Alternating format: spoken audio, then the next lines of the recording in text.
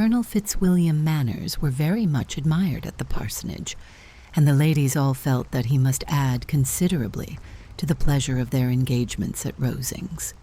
It was some days, however, before they received any invitation thither, for while there were visitors in the house they could not be necessary, and it was not till Easter Day, almost a week after the gentleman's arrival, that they were honored by such an attention, and then they were merely asked on leaving church to come there in the evening.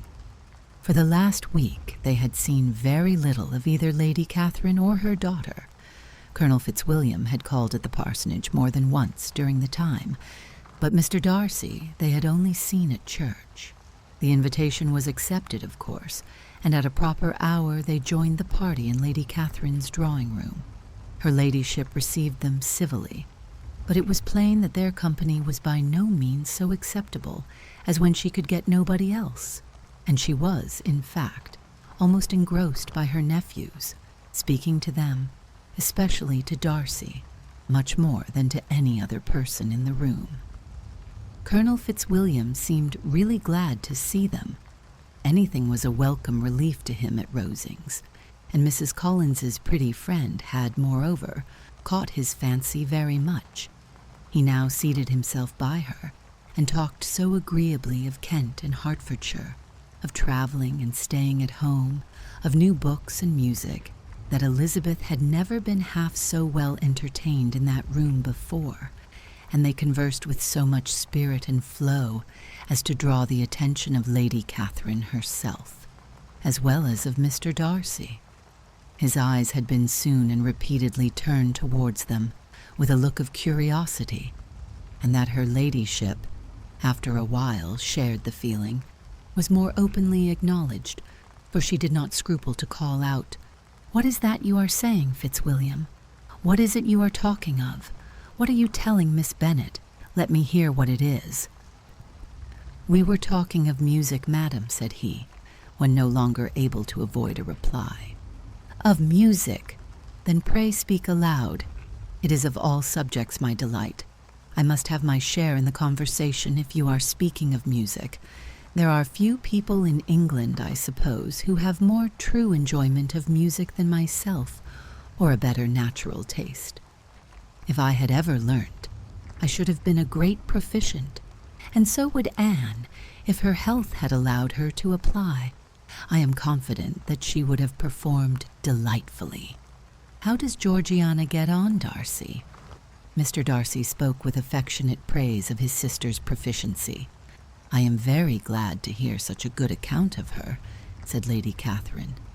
"And pray, tell her, from me, that she cannot expect to excel if she does not practice a great deal."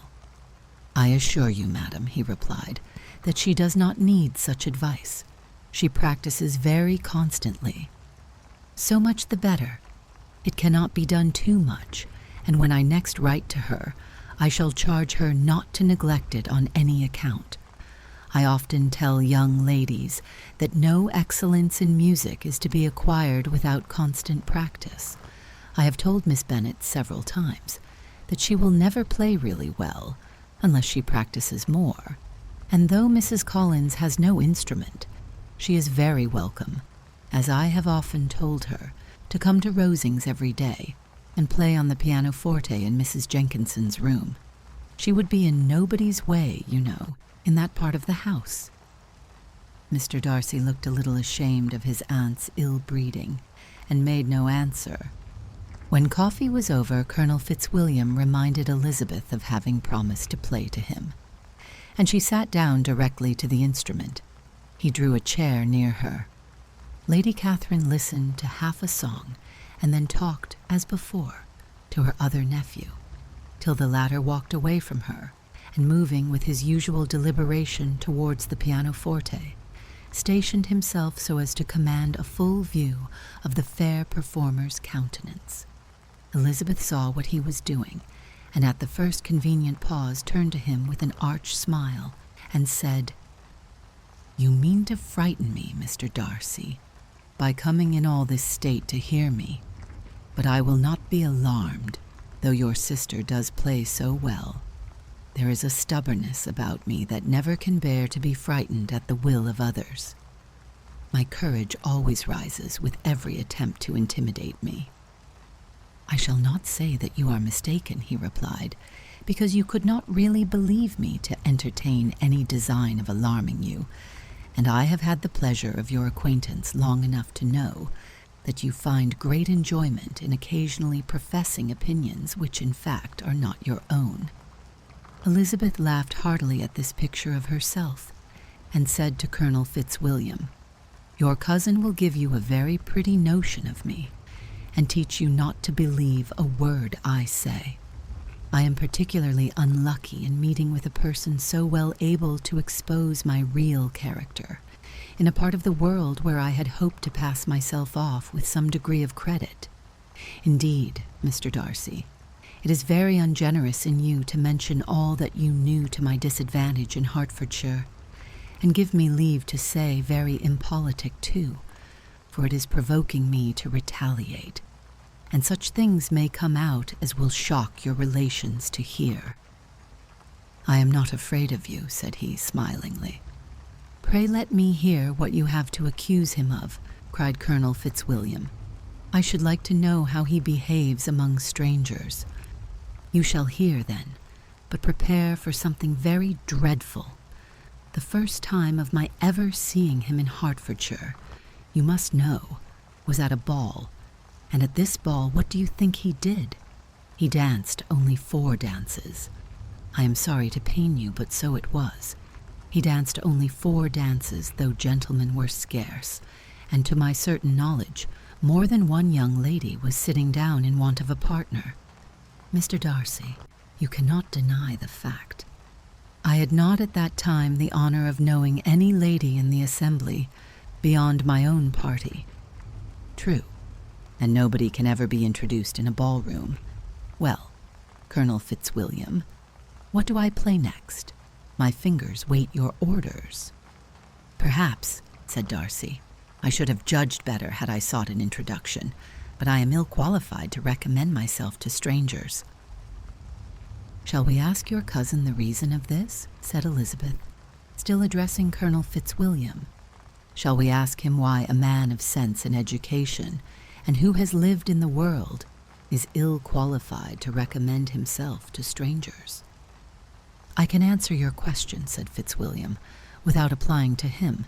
It is because he will not give himself the trouble. I certainly have not the talent which some people possess, said Darcy, of conversing easily with those I have never seen before. I cannot catch their tone of conversation, or appear interested in their concerns, as I often see done." "My fingers," said Elizabeth, "do not move over this instrument in the masterly manner which I see so many women's do. They have not the same force or rapidity, and do not produce the same expression.